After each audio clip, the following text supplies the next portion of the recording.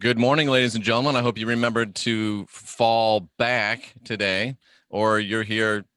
Are you here too early or too late? But anyway, you're not here at the right time if you didn't fall back.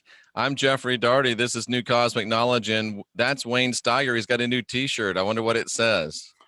This one says, the voices I know are imaginary, but boy, some of them got some good ideas. So that's the saying for the day here. Boy, isn't that the truth? You know, Wayne, I was just doing some math, and I don't know why I was doing this math, but I was just thinking about our society and how much emphasis we place on sex and good sex, great sex, all that. And when we talk about a marriage or a relationship, we got to have great sex. And I did the math, and even if you're having sex 3 times a week, which I think would be considered a very healthy sex life, if you're having sex 3 times a week, that comprises 1.7% of your life. Mm-hmm. And yet it's getting so much emphasis. What's wrong with us? The band had the song Take the Load Off. You know, we carry a heavy load. And so we get those rare moments where we can be in that elation. I think it's what it used to feel like wherever we came from. So I guess that's why we're so attracted to it. But are you really going to make your decisions based on 1.7% of your time? I know a lot of people that do. I know, as the old expression, I know a lot of guys that think with their second head. So, I mean, a lot of decisions have been made. Can we say Bill Clinton? But 1.7 seconds? Well, it occupied the 1.7%. I don't know. It's one of those interesting thing about our species. We find that whole issue. I've heard theories that they say that that's the real sin, is that sex was reserved for the gods, the orgasm, that was privileged. Oh, I got some stuff to talk about that. Well, go ahead. Well, no. Entrez-vous. But think about it. It reminds me of an old joke I heard, guy in Bible college. He's got this really hot, beautiful, sexy girlfriend, but she can't play piano. She can't really speak. Then there's this other girl that's pretty nice. She's okay, but boy, she can play the piano. She can play the organ. She knows how to run a website and everything. So and he's a pastor, and he's deciding which one would be a better wife. And, the one that's gorgeous, or the one that can sing and play piano and all that. So they get to their wedding night, and it's time to consummate the marriage. And he's thinking about that other girl, and he turns to his new wife and says, "Quick, honey, sing me a song." 1.7%, ladies and gentlemen. Yes, but again. So how was your week, my friend?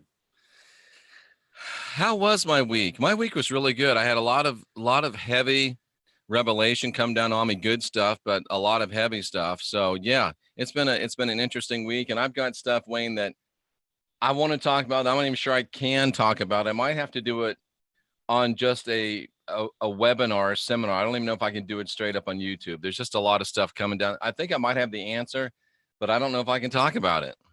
Yeah, those are the paradoxes of life. They are, aren't they? Yes, they are. How was your week? Great. Had a great week. I just got to say, it's a joy to be alive. We had a great little fundraiser for Warrior Princess Friday night. And how much did you raise? Can I ask? Yeah, I think it was over $1,200. Wow, that's amazing. Yeah. And he's happy. Oh, yeah. Now we just got to wait. How YouTube is in their payments, Oh, that was through Super Chat? Super Chat, yeah. So, but anyway, it was phenomenal. Just a lot of giving people out there, just tremendously. We got a great group. That's all. 60% of 1,200 is better than 100% of nothing. Yeah. So we had a good time on that, and Lois says more like 1,500. Oh, well, what'd you get through? Now she also got something through on her PayPal, which, Excellent. I think next PayPal, time they take only a couple percent. Yeah. Less than 2. Yeah, and I think the next time we're going to do this, that we won't do the super chat, that we'll just ask people to go directly into PayPal. That's still almost $1,000 any way you cut it. That's going to help a lot of people. It's going to feed a lot of people. It So really is. we are a very generous, very giving group of people in so many different ways. So Absolutely, we are. And Drew Schroeder, I'm not sure how you pronounce it, says that daylight savings freaks him out. He gets so confused. And daylight savings is a weird thing, isn't it? yeah, it is. It's like purpose time manipulation or something. Well, it's an archaic law that was put into place in World War II, and it's never been changed. And it was primarily put in for agriculture and farmers. Right. And we're not an agrarian society. Well, like Ronald Reagan once said, the closest thing we'll ever see to eternal life in this world is a government regulation. So it would be really time to get rid of it, wouldn't it? Yeah, but there's a reason why they keep it. It must be money. There's my there he is. Sits right over here on the mantle, as they would say. I met him in the 92 Republican National Convention, and I had my first daughter who was a baby, and I was carrying her, obviously she was a baby, and I had her in my arms, and when they introduced me to him, they said, "Oh, Mr. President, this is Jeff and his new baby daughter." And Reagan was supposed to have dementia at that time and supposed to be all, not sharp or anything. He looked at me and says, "Well, I'm glad they didn't give you an old one." He had a great sense of humor. He did. I worked with the Missouri Republican Party back in the day, and we did all the filming of all the candidates that came through. Right. And got to know him. Yeah. So it was pretty cool. So, right. He's you and I were talking. What we lack today in our leaders, in leadership, is integrity. It is. And the problem is that people with integrity won't run. They won't. They will not. I was just talking to somebody about running for office, and they're like, "Oh, no, I can never do that. I'm a behind the scenes person. That's not my thing." And it's probably true. But wow, the people that do have the integrity and, "Oh, no, that's not for me." That's the kind of people that you want in office. Well, the reluctant servants. That's really who you want. Well, I on my radio show on Thursday night, where I'm not restricted because of free speech, I just laid it out, and I can't repeat it here, but people go listen to it. The problem is that it's a broken system. It's broken. It's no longer even remotely influenced by the people. That's true. Now, people have said to me, Wayne, and I don't think I'll just be frank. I know that's unlike me, but I'm not convinced yet that this is true. But even Jay Campbell, Derek Bros were saying that even if none of us voted, they would still pretend that there was an election, and they would still put a president in office that they put in office. Are we really at that place? I know what we're supposed to say is conspiracy theorists, and I know what we're supposed to say in this genre, but are we really at that place that Mark Twain spoke about when he said that voting was that important they wouldn't let us do it in the first place? I think it's true. We have counties in the United States where more people are voting than people that actually live in the county. That means the whole population. We have in many states the dead. I miss my chair, Wayne. I know you do. You need to get that back, dude.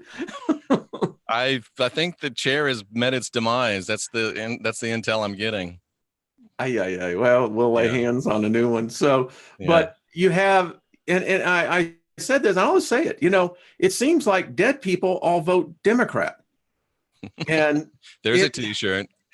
I mean, and it's, you can look at the voting rolls. Listen, the one thing that the 2016, why Clinton backed out of it in her public count of the vote was that because it would show that this thing is rigged. Listen, the voting machines, if you're using an electronic voting machine, there's two software companies that do the programming.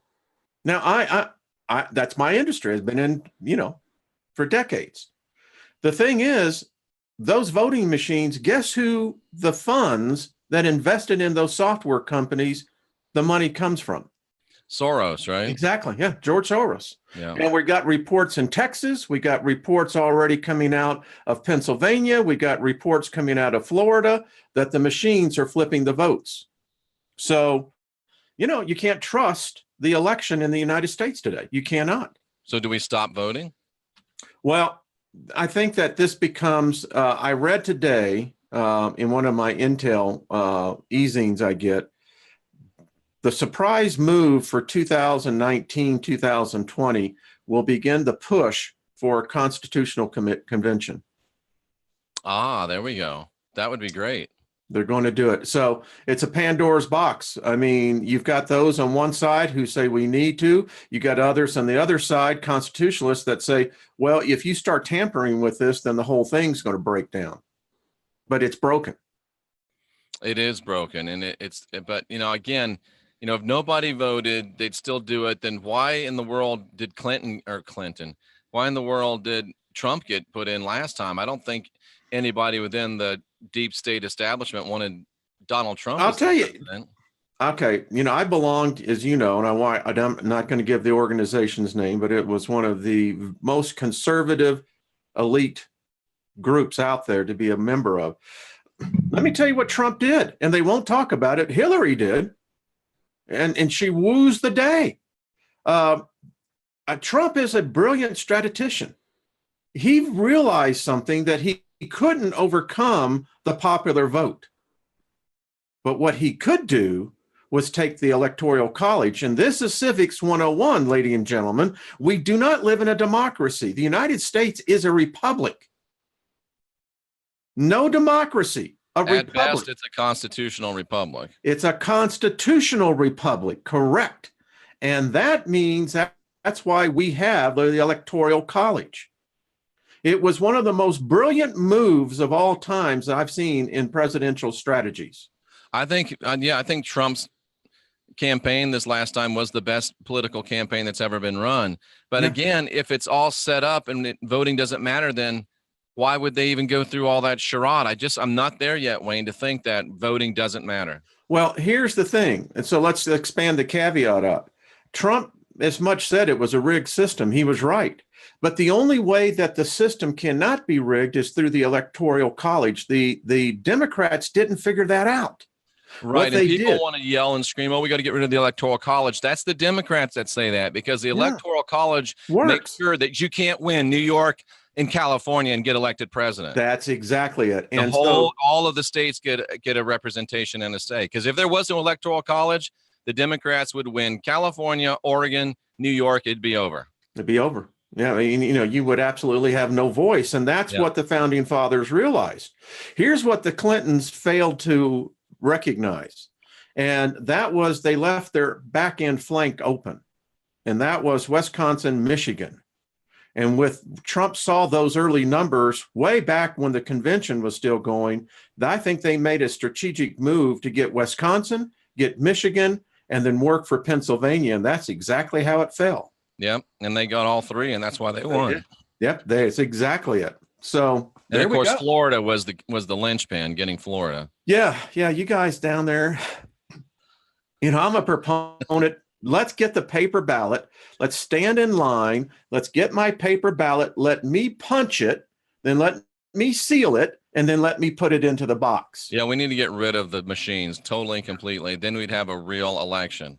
Boy, we got the whole thing going, patriotic. We'd have a real election. I mean, I'll tell you, I know people don't like this, and I know it'll probably cost me subscribers, but I voted for Donald Trump. And I voted for Donald Trump because I thought that it was one last shot for a restoration to something that actually resembles Jeffersonian democracy. And I did, whether I was right, whether I was wrong, whether I was duped, whether I wasn't, well, we'll find out. I always vote my pocketbook. Well, then you voted for Donald Trump. And, I had to look at the balance sheet. And the way that this was coming in, the two polarizations, and boy, talk about the principle of polarity. There you go. It's the same thing, just different degrees. Yeah, it is. And, I have a friend who's very wealthy, and he was talking to me, and he's like, look, man, we really, unless you want the economy to tank, you really do need to vote for Donald Trump. And he took me through it and walked me through it. And I'm like, he's absolutely right. And I know that people like to yell at rich people and say how bad rich people are and how rotten rich people are and how dirty rich people are. Well, first of all, most of them made their money by, honest, hard work. And second of all, poor people don't create jobs, ladies and gentlemen. Do you want a job? Then you need some rich people. And here's the thing. These people that just do no longer have any manners, no longer have civility, they're privileged. Compared to the rest of the world, these people are wealthy and rich. And all I see are petulant, immature adults who have not grown up yet. And everybody says, well, the government will take care of us. We'll get it from the government. Stop and think for a second. What does the government produce? What does the government produce? They produce nothing. How do you think the government gets money? By taking it from people like us. You don't get anything from the government. You get it from other people's money. This whole thing about, oh, the government will take care of me. It's not the government. It's other people. And guess what? If you don't have rich people, they can't take their money and give it to you because you're too lazy to go to work. Well, I'll tell you where we're heading. And I'm not a Christian, but I will say this. One of the best books I read on this subject was from John Hagee.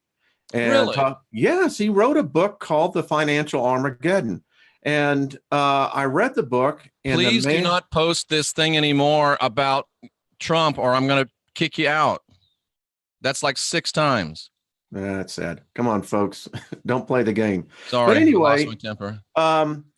What Hagee wrote was he went back and he looked at all the past democracies going all the way back to the Greeks.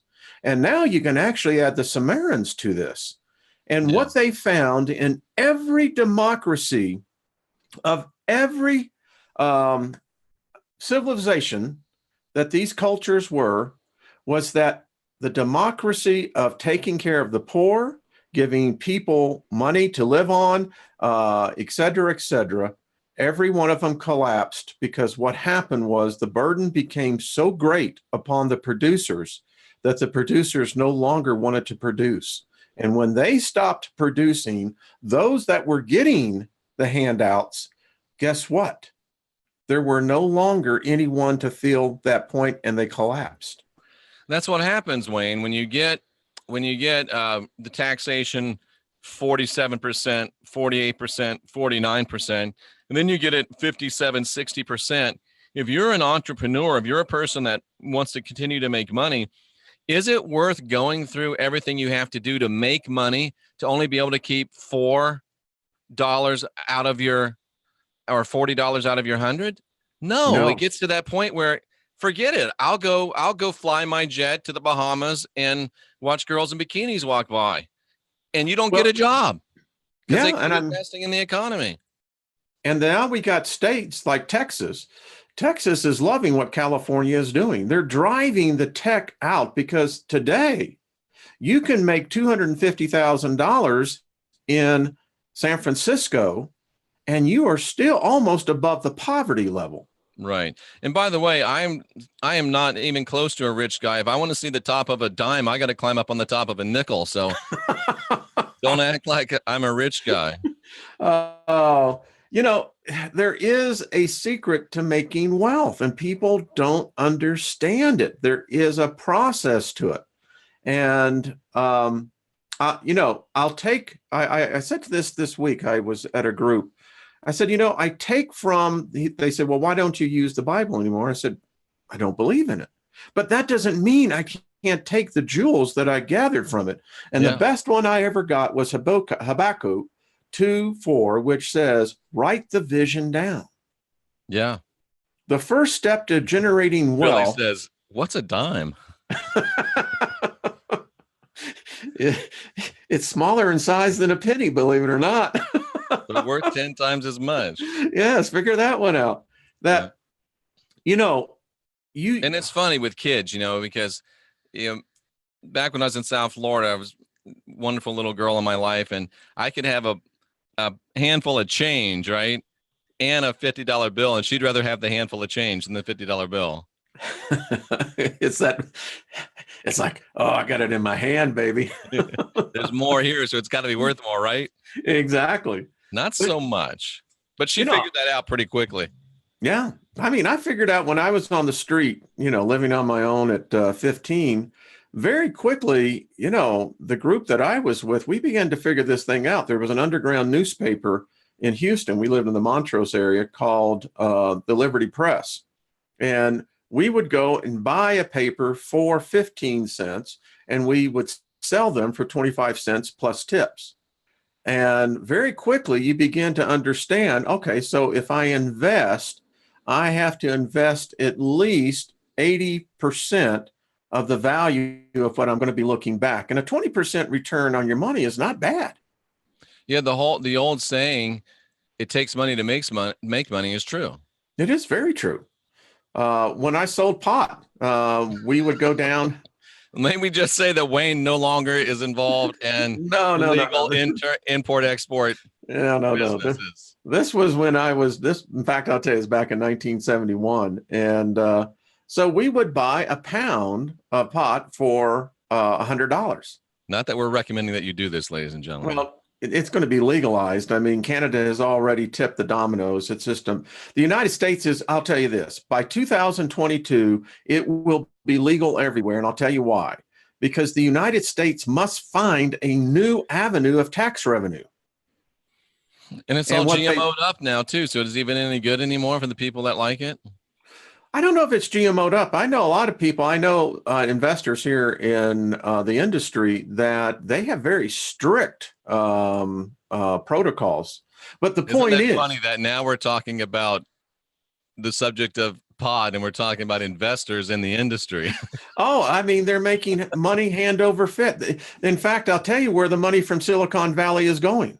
It's coming here to Colorado, Oregon, Washington. We've got now, there was a case that was ruled Friday. There was a conservative group that brought a lawsuit against a grower here in Colorado. So they got a federal grand jury seated. They brought the case. The grand jury billed the case, so it went to trial. Now, they had already won 2 victories in Oregon and in Washington, which then made these growers under the RICO Act. Here in Colorado, the jury said no. They ruled for the marijuana growers. Now we've got a conundrum here. But yeah. We've got a very smart person in the chat room, Wayne, that made this statement, and I've heard it several times. And I want you to respond to it, if you will, because you know more about this than I do. And the statement is being made that the cabal loves the pot industry. Well, I define cabal. I mean, what? There's many different cabals. What are we talking about here? I think she's saying that big money, big government, the Illuminatis, etc., really like the cannabis movement. Oh, yes. In fact, it's odd. We're even talking. I just got this book and I just started reading it. Jeff, and I'll be right back, Wayne. So continue on. I just wanted to see that. Do you see that? I see that. Okay.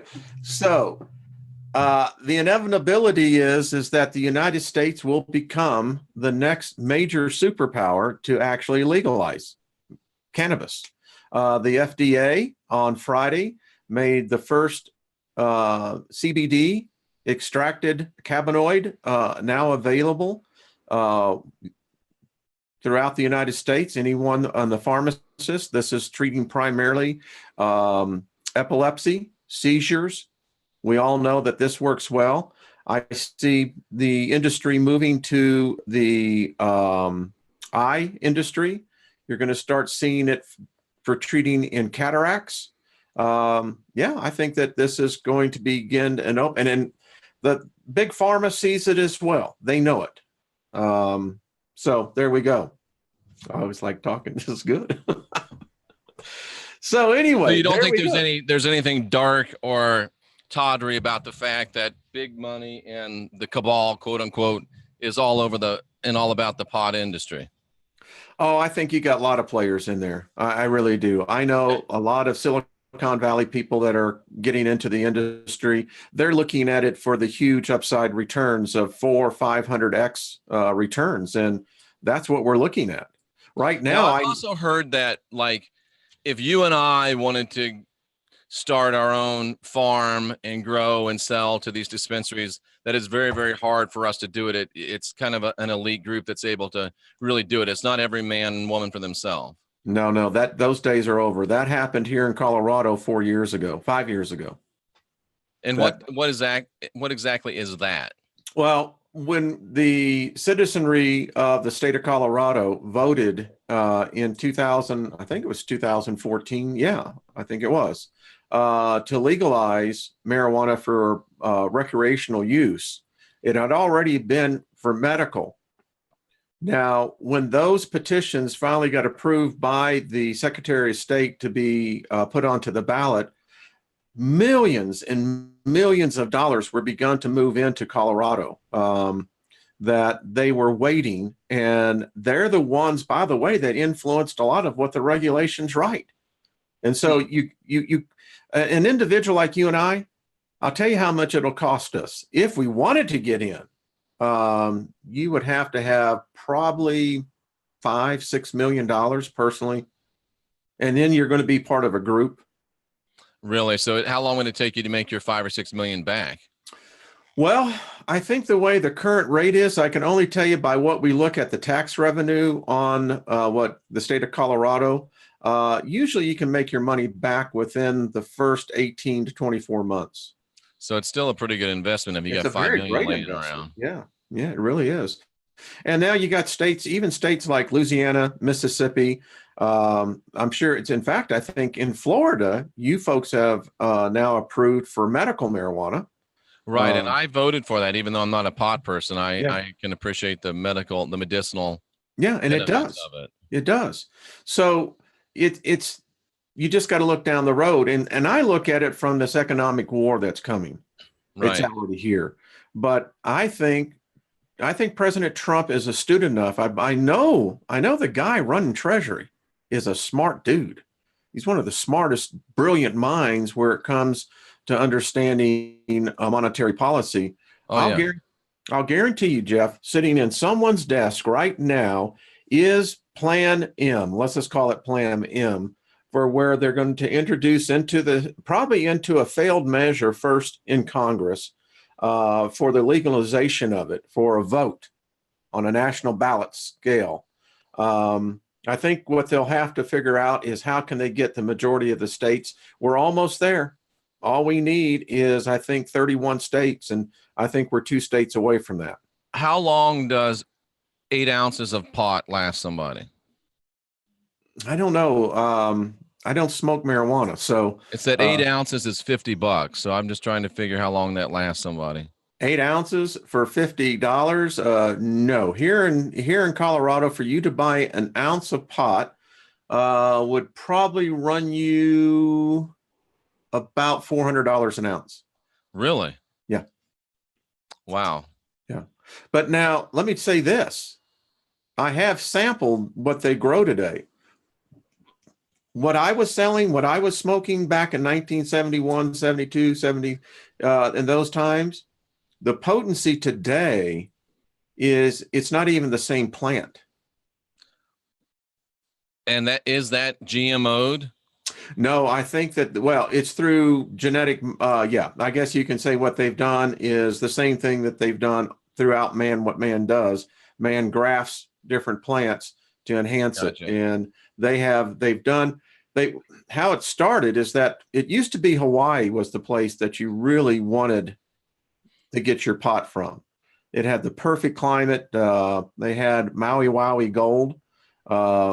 That's what they called it back in the day. It's just so funny that we have the level of expertise on marijuana in this chat room. Almost scares me. You see, Jeff, and this is your channel. Wow, I know. That's exactly what I'm thinking. This ain't my channel. Wow. But you see, this is the culture that now exists today. And it's here. And, I read a Pew research study that says the 30s and unders prefer cannabis. The beer industry is collapsing because they can't get this new generation to come drink the beer. They want to smoke the pot.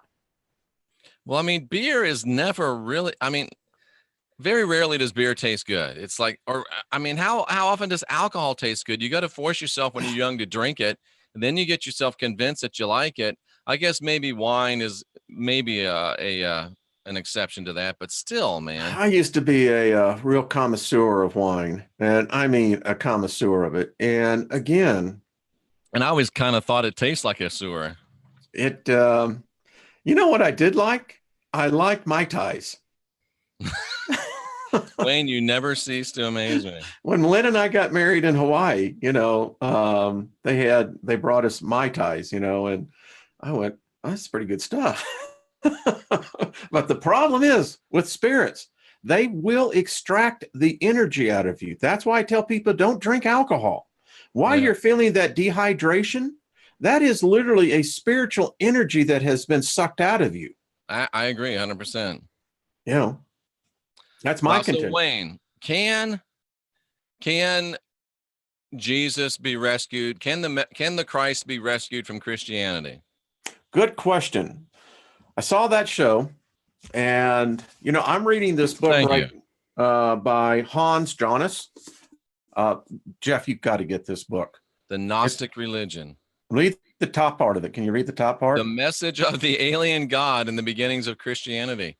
I like it. This guy is a professor. Wrote this back in, I don't know. Fortune to get over to my pencils. I think it was about 100 years ago. And wow. Vince Proctor says the spirit of tequila makes women's clothes fall off. Is that true? What's the name of that book again, Wayne? It's The Gnostic Religion by Hans Jonas. Okay. The reason is it's a fascinating, they took a while, they had to translate it from his original language, which I think was Scandinavian. Sounds Dutch, maybe, or yes, yeah, it's definitely up there. Whoa. What the evidence shows, they knew that they were worshiping an alien god. In fact, I think Moses knew that he called in an alien. I think he did. I think that the only way you can define God is that God is an alien. Yeah. Well, just by plain definition, if they came here and created this, they came from somewhere else, which means they're extraterrestrial. Yeah. Period. And that starts jacking with your mind when you really get into it, because now all the sci-fi, all the modern day genre that we're so immersed into, man, you just start stepping back and you go, all right, let's strip off some of the layers here. It's saying, folks, you're worshiping an alien. Yeah. And although I can't see how this would be true, I'm just passing this on as a public service announcement. Delaney Jackson says that Corbel brandy is Viagra in liquid form. Yeah. But I thought alcohol was a depressant. Well, it's okay. Let's take it from an alchemy point of view. See, Wayne, you're thinking up here and I'm thinking down here. Yeah. And that's all it is. It's distilled. And she says you were smoking some dirt weed, Wayne. When? I don't know what that means. Back in the 70s, I think she was saying. I don't know. I had some pretty good stuff. But anyway, the time that I actually I'm assuming dirt weed is not good. I don't know. We got some really good stuff from Adam Morrison. And I've seen the word skunk used a couple times in reference. Skunk weed. Yeah, that was back in the day. Yeah. That wasn't good stuff either. I don't know. Get you high. Isn't that what people, isn't that why people smoked marijuana? Get high? Isn't that why people drink? Get high?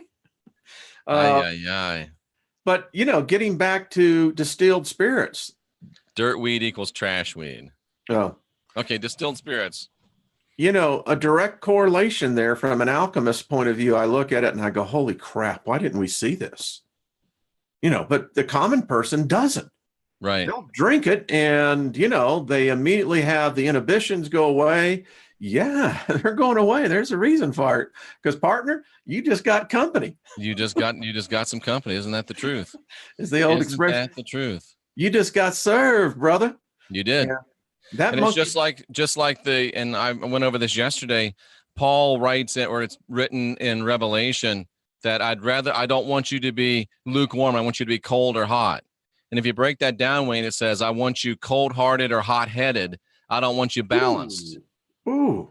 And of course, the God of the Bible wants us cold-hearted or hot-headed because he wants us just like us, and he wants us to where he can use us. So he's trying to talk us out of being balanced, trying to talk us out of the middle way, trying to talk us out of the straight and narrow path and get us to where we think, oh, lukewarm is bad. Let me be an extremist. No, we got to be passers-by. We've got to be the people that don't pick a side. We got to be smart, because if you're cold-hearted or hot-headed, he can use you and abuse you. But if not, you're beyond his grasp.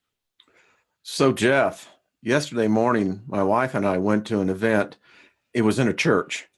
And no, I didn't get struck down, and, flames weren't coming out. But so we're in this event, and I'm looking around, and this is a $30 million church that they have spent. I mean, it's got a theater, it's got a whole cafeteria, it's got the whole, yeah. Did they have a Starbucks? They had their own custom coffee bar. Wow. And along with bagels and the whole deal. And as we're waiting in line, I'm looking around, and I did this on purpose. And I said, honey, is God a Christian? Oh, crap. Out loud, it says it. Yeah. I did. I had a woman standing next to me. She stopped what she was. She looked at me and she said, where the hell that come from? Wayne, last Sunday, if you remember, I was wearing that shirt, Jesus Slaves. I had it on. Yes, I do. I remember that. We have this nice little restaurant down the road. So I just got done. You were talking about Lynn making you breakfast, and I was feeling all sorry for myself. Oh, so I walked down the street and went to this restaurant. Everybody's looking at me. I'm not thinking it's Sunday morning. I've got this shirt on that says Jesus Slaves. Yeah. I was, I just covered up the bottom S. Jeff, you were going to be shown the left foot of fellowship, brother, out the door. There was a bunch of people. Usually someone, when I wear that, will come up to me and say something, but it was mostly old people. And I guess they were too polite to say, boy, what's that shirt mean? Well, there was one guy that I believe was awakened, and he came by and he put his hand on my shoulder and he says, you're one brave son of a bitch. So did you get any more talking to, or just that one lady? Well, no, we actually got a chance to engage. There was another woman behind us, and she actually wanted to start talking. And so I started telling her about the 7 Hermetic principles. In a church. And I told her, I said, this book will save your life. You were worse than a Jehovah's Witness. Oh, I got to tell you, my wife was like, she just, she gets a kick out of it. She said, you're doing this on purpose. But I said, kidding. I said, the Kabbalion. I said, you've got to read the Kabbalion. It will change your life. And she says, why? And so I gave her the 7 principles right there. And she says, that makes sense. It does make sense, doesn't it? Yeah. Can the message of the Christ be saved from the Bible? Oh, you had a guy on, what was that? UNJ. Who was that? The Great White. Oh, Bob Sanders. Yes. Bob Sanders. I say facilitator, but Jay is a better word. Emissary. Yeah. Of the Great White Brotherhood. So I'm thinking more and more as I'm reading this book. Didn't you say at some point when I was catching, and correct me if I'm wrong, but you were doing a word study that the Christ appeared as a man? Yes. And I went through that with Scotty Roberts the other night. Yeah, that's where it was, Scotty. He wasn't buying what I was selling, but I know what it is linguistically. And there's no doubt that the Christ manifested as a full-grown man, walking, talking, living, breathing. He showed up 32 years old, ladies and gentlemen. I'm convinced of that as well. I think that when the Flavians invented Christianity, along with Philo and the Herodian family, they stole that. I believe that he was, in fact, a messenger. I believe that whoever he was, that he was an emissary. I think that The Christ we're talking about. yes, and I do not believe. I think they had to add the crucifixion because if you don't have a martyr story, then you don't have a story. Wayne, did they make it up, or was there a false flag crucifixion? That's the only thing I'm not quite sure of yet. I think they took who was the guy, and his name escapes me, but the one that Titus crucified in 69 AD is where they picked up that crucifixion and transplanted it back to the story of the Christ man. Which is easy because when you're the winners and winners written or history is written by the winners, it's easy to do. People don't understand, Jeff, that the reason why Titus knew exactly where to go into the temple. I mean, the people don't understand that the temple was filled with booby traps. People don't understand that the guy whose dad gave the money and made the plans for the great doors of the temple, his son was Titus's right-hand man. That's how they were able to get in the temple. And that's in Apostle Paul Antichrist. They knew. And when they went in to get the sacred documents, now I think that the Jews did have, let me just say this. I'm not a Jew, not a Hebrew, don't want to be. I don't want anything to do with their God, but I do believe it exists. Wayne Steiger, not a Jew. I'm not a Jew, folks. I'm not Jewish. In fact, I had a Jewish rabbi say, do the Jewish people a favor. Don't convert. Don't convert. Don't convert. Just keep on going, Jack. Somebody just said that they think it was Marduk on the cross. That's interesting. Well, that's an interesting. And I'm going to get that lady on the show. Her name is Saray, I believe. Is that right? And she wrote a book about being a princess and loving yourself or something like that. That just caught my eye. And Sine Seal or Sealy. Cool. Yeah. Cool. But yeah, getting back to this whole point, I believe he was a visitor. Oh, I do believe it. He was too. Do you believe a dude actually showed up? I believe that there was a being that walked among us. I do too, even though I can't prove it. I still think that he was here. Yeah, I still say that they walk among us today. Oh, now you're getting in trouble, Wayne. Now you're saying that the Christ is walking amongst us today. Well, the Christ consciousness. Now you're really, there were some people coming your way, Wayne, but you just shot them all down. Cut you off. You just took out your Gatling gun and Martha, it was done. Let's get our stuff and get on out of here. This is heresy. It's like in Tombstone when Doc Holliday wins all the money and they all start getting upset, and he calls Big Nose Kate over and, darling, I believe we've outstayed our welcome. Let's go. Yeah, it's like, all right. Take our money and go. I have some people that want to get that T-shirt I have that says, I'm going to hell and so many other religions. Yeah. But it's true. You can't have all these religions in the world. All these people can't be all wrong. And if they're all right, then that really kind of says what kind of immersion we're involved here. Yeah. It's amazing. So, Wayne, is it possible? I'll ask you the same question I asked Scotty, and he said not only no, but hell no. But is it possible to reform Christianity at this stage and do something new that has the Christ message and has the message, it has none of the old garbage and all of the old good, and get people out of the God spell and into a reformed Church of the Master or something like that? Is that possible? I think with Scotty, I love you, dude, but I have to say this, that the Barna Group and I believe the Pew Research study, they keep track numbers on this. There's up to 10 million people a month worldwide leaving Christianity. But will they come to something new? Well, and here's the interesting thing. I say yes, because the Pew Research, when they asked this group, they said of even professing Christians, they found 89% of professing Christians hold at least one New Age belief as canon. Yeah. How do you rebrand it? Tracy very smartly says it has to be rebranded. How would one rebrand it? Well, you're going to have to, number one, do the steps that the World Council of Churches is looking to do right now, and that's now to disassociate the Old Testament. Ooh, very good. Yep. And that's your first step. So then you're going to get to the Jeffersonian debate, the paradox. Which gospel? Yeah. Is it the gospel that, was initially written as the control matrix, or was it going to be this new religion by a fanatic known as Paul? I don't know.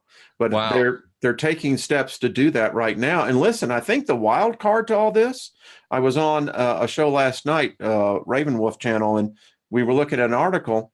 AI is here. There is now the church of AI. There has been Right. the church of Google for over a decade. But I say in another 100, 200 years, we will eventually morph all of these beliefs into, I think, a central belief system. A one world religion, Wayne? I think so. Yeah, I think it's inevitable. I think that's where it's going to go. Thank you, Paula. Where can we get a t-shirt? JeffreyDarty.com. You can find the t-shirts. I don't know which t-shirt she's. Yeah, there's some in there. And if you have, I'm always open to new suggestions for t-shirts. There you go.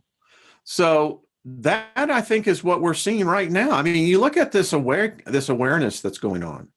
I mean, Wayne, what if you had the I'm with stupid t-shirt, that has yeah. You had one that said I'm with stupid and it pointed to either a church or a plastic Jesus.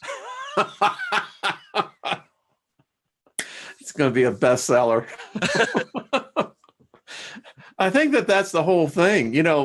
I was talking to a person via email, and they were trying to justify the actual biblical, the gospel stories of Jesus. And subscribe to Wayne's channel, R. Wayne Steiger. Oh, well, thank you. And I wrote back and I said, okay, time out. I said, let's say that this story actually happened. I said, so who is daddy? Well, he says, well, that's not relevant. Who's your daddy? Yeah, who's your daddy? And I wrote back to him and I said, oh, how can you say it's not relevant? I mean, if you're saying that this being incarnated into the flesh, that goes into a lot of religions for thousands and thousands of years about deities incarnating into the flesh. I said, so where is origin? Yeah. And you know what he wrote me? He says, you pissed me off so much, because he says, now I have to go back and think. Yeah.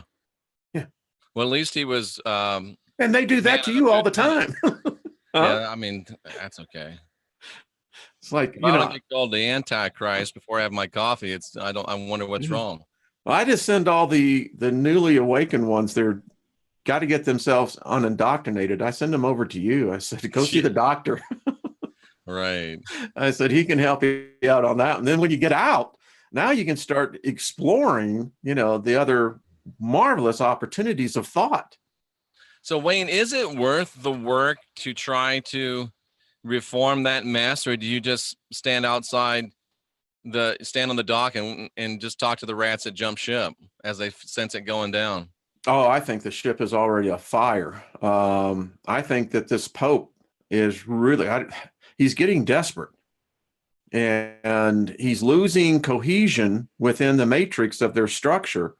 And, he's already said that it's Satan that's attacking the church, that people need to start invoking the angels, that he's introducing new reform of which can only be called socialist ideas. Exactly. But this is weird. I mean, just standing back watching this, I mean, it's like, okay, what's next? And then look, you don't know. Then look at the church that I call the church in the United States, the Church of the United States. Because we so often, and I'll just say this, Americans corrupted Christianity to the point that it can't be fixed, because we injected materialism into the religion. And that's evident by the religions of tithing, giving to the church, even though you're so poor and so broke that somehow God is going to look upon you favorable for your gift, and that somehow it's going to count for you when you get to heaven. Wayne, it's a weird thing, though, and this just came to my mind as you said that, and I don't really know how to explain it. Sorry, I had to cough there. Let me lay it out for you. When I was pastoring, I only pastored 2 churches. Usually I just, was an evangelist, but I was a pastor and people were reluctant to tithe. So what I did was I told the bookkeeper, if someone tells you they're going to start tithing and they're going to try it out, they're on a tithe trial, take their money and set it aside, take their 10% and set it aside. And if it gets to the end of the month and they can't make their bills, we'll give it back to them. You know that I never had anybody ask for it back. Yeah. What is that? How is that? What's that all about? Well, I am a little expert on this subject. You know, I built the first mobile giving app for churches. Right. And so understanding tithing. Thank you, Joan. That's weird. Was key. And, you know, tithing is not preached or practiced in all Christian denominations. Right. Giving is encouraged. And I remember meeting with church councils and telling them how they could begin to set it up so that they could take it automatically out of a person's checking account. And that scared more church councils than you could imagine. You know, it was like, you're going to take money right out. And I said, well, if you're practicing tithing, I said, take it out now. And I said, they'll never know it's gone. And the question I asked, though, Jeff, if we were to ask for our money back, would we get it? Well, I would have given it to him. We had it set aside. You would have, but I don't know many churches that would. I mean, they've built these epitaphs now. Of course they won't. Now Joel's not going to give you your money back. No, that's just it. You know, it's like, hey, Kenneth. Joel be like, no, I'm so sorry. You can't have it back. It's like, can I get my $100,000 back, please? Yeah, it'd be like that lady in the where the hell did you come up with that idea?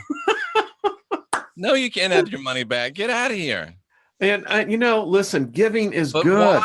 Why did it happen? And it probably, I mean, that was a little church. It was probably only maybe 25 or 30 people that ever actually went on that plan. But some people are saying, was it because they were too embarrassed to ask it back? Or did giving actually make it to where they could, I mean, was there some alchemy involved in them giving with the proper intention that did bring the money back to them? I say yes, and medical science. Of course, God had nothing to do with it, but no, God didn't have anything. But giving, and you give of the heart of a joyful intent, it releases endorphins in your brain, and it makes you feel good. When you start feeling good, it opens up more creativity. That's true. More creativity blocks out that negative energy. So the opportunities that pass us all by every day, you get swept up into those opportunities, and it will return.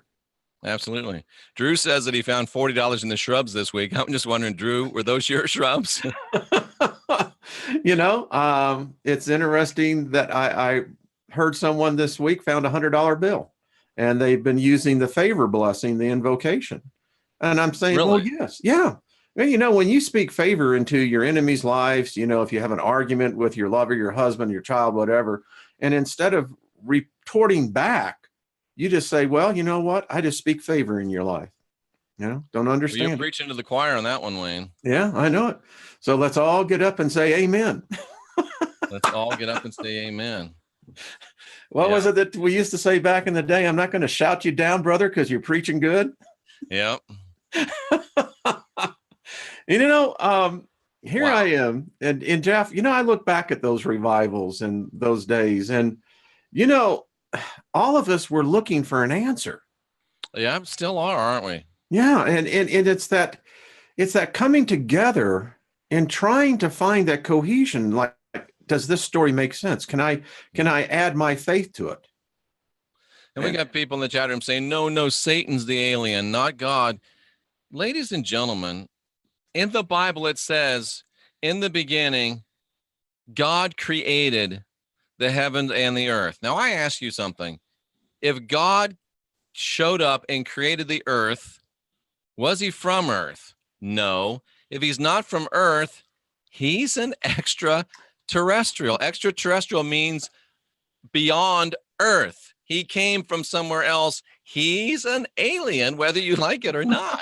He is. You know? And let me just say about this whole Luciferian nonsense. Folks, there is no Satan. There is no Lucifer. It is a made-up construct. The only evil that exists in and what I would call thought manifestation is what you put to it. Well, I will say this, Wayne, That's just my belief. The biggest devil that most people have a problem with, and if you can conquer this one devil, you probably don't have much worry about any other devil. If you want to know the biggest devil that you deal with, just go look in the mirror. You know, that's your devil. That's the one you got to beat. You know, I was doing an invocation, and I was telling my wife this, and, you know, I challenge the spirits. I challenge them that if they have something, any contract against me, to make it manifest. Oh, I like that. Yeah. Oh, I'm getting serious on this, brother. I mean, but to make it manifest, what do you mean make it manifest? Well, the contract, even if it's one that's in the ethereal, has to be made manifest, and it'll be made manifest through thought, dream, vision. Things will come across that will either confirm or deny. You know, are you asking for it to actually happen, or are you asking for it to be exposed? It's to be exposed. Gotcha. So you can deal with it. Yeah. You know, Paul, I like it. Paul had that secret too, Jeff, in Colossians. In Colossians 3, that one thing about the bond, the note, the deed that had been held hostile against us all of our lives. Oh, that's right. Yeah.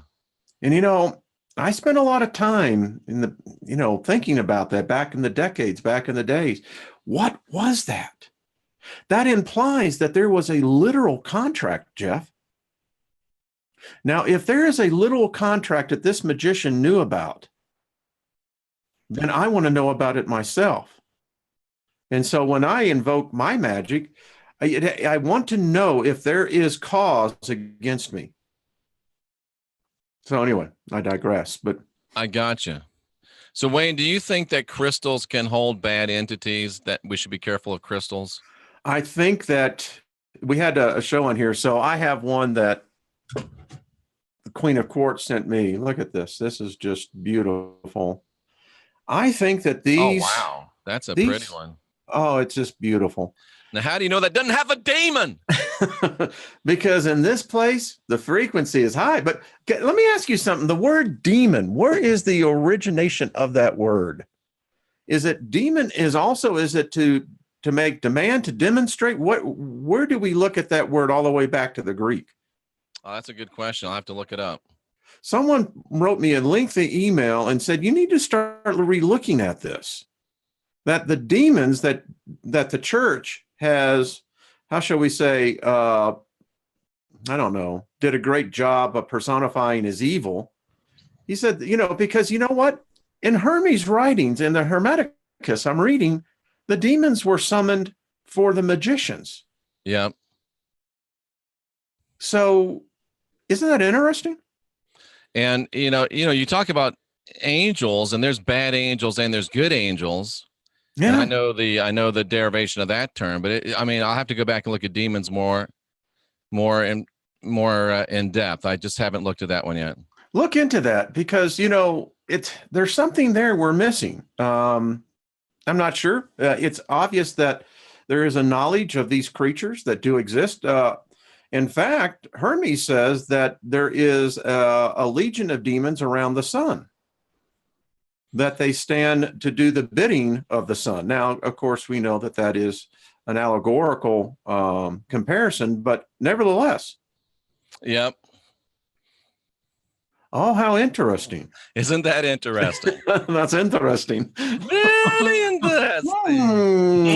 Sorry, folks, that's not for public consumption. I feel like I'm doing my R.D. Johnson. Very interesting. Exactly. So anyway, sorry, folks. Where you live. What's that? You a troublemaker. Yeah. Oh boy. Oh yeah. Yes, so anyway, we got his number. Yeah. Yeah, that's true. See? Yeah. That is something you ought to work on this week. That'll be a good that'll get some views. Yeah, absolutely. So interesting stuff. No crystals in your vehicle, says Tinkerbell Cat. I wonder why she says wow, that. That's interesting. That is interesting. So, by the way, So I have finally figured out why I keep hearing this Led Zeppelin song. Oh, And yes. Tell us about that as we finish up today. yeah, well, let me just express this. When you drive, Jeff, and you're out and you're out in the shopping centers and you're walking around, Hmm. sigils are vortices of magic.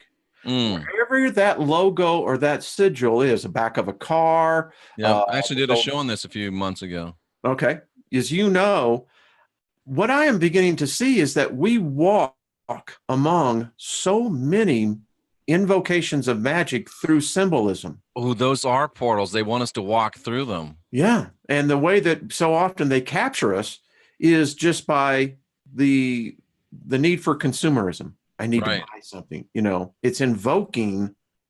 Yeah, it's deep. So now when Wow, it is. And even if you come through that, you buy yourself a BMW because you think all the chicks are going to dig you. And even if they really don't, you drive your BMW thinking like they are. So it has transported you to another place. it has, these sigils are everywhere. Wow. Yeah. Interesting stuff, Wayne Steiger. Well, Jeff, it's up. I love doing these shows on Sunday. They're fun. Tell the people where they can find you and your stuff. R. Wayne Steiger, and just come on over. I mean, love to have you, and you know, we share. Absolutely. And somebody said our subconscious sees them. Our subconscious does. It's powerful I stuff. think so. Sovereign Key is exactly right. When Is Sovereign Key in here?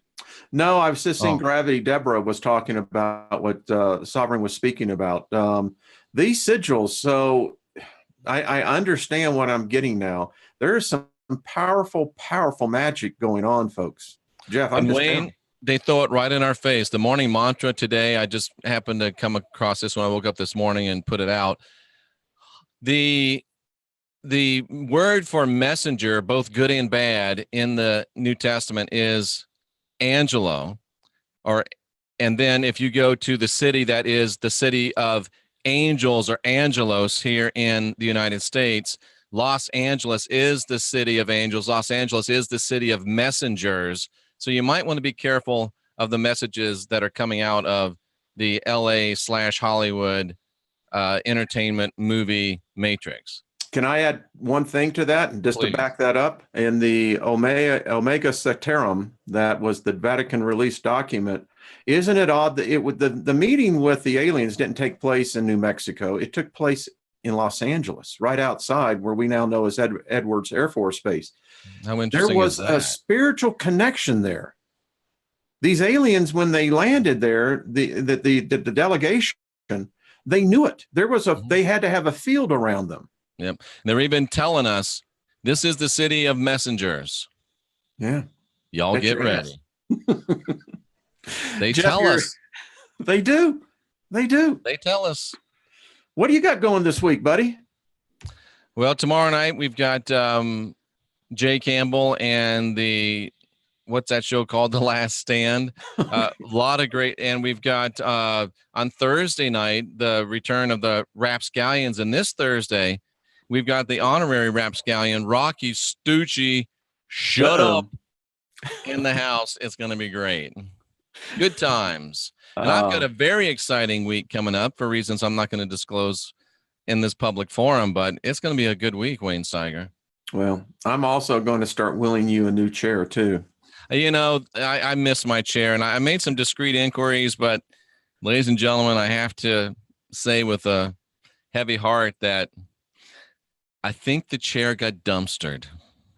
So it was sacrificed. Yes, I was hoping to make a return trip to redeem the chair, but no amount of ransom is sufficient. It's gone. R.I.P. to the chair.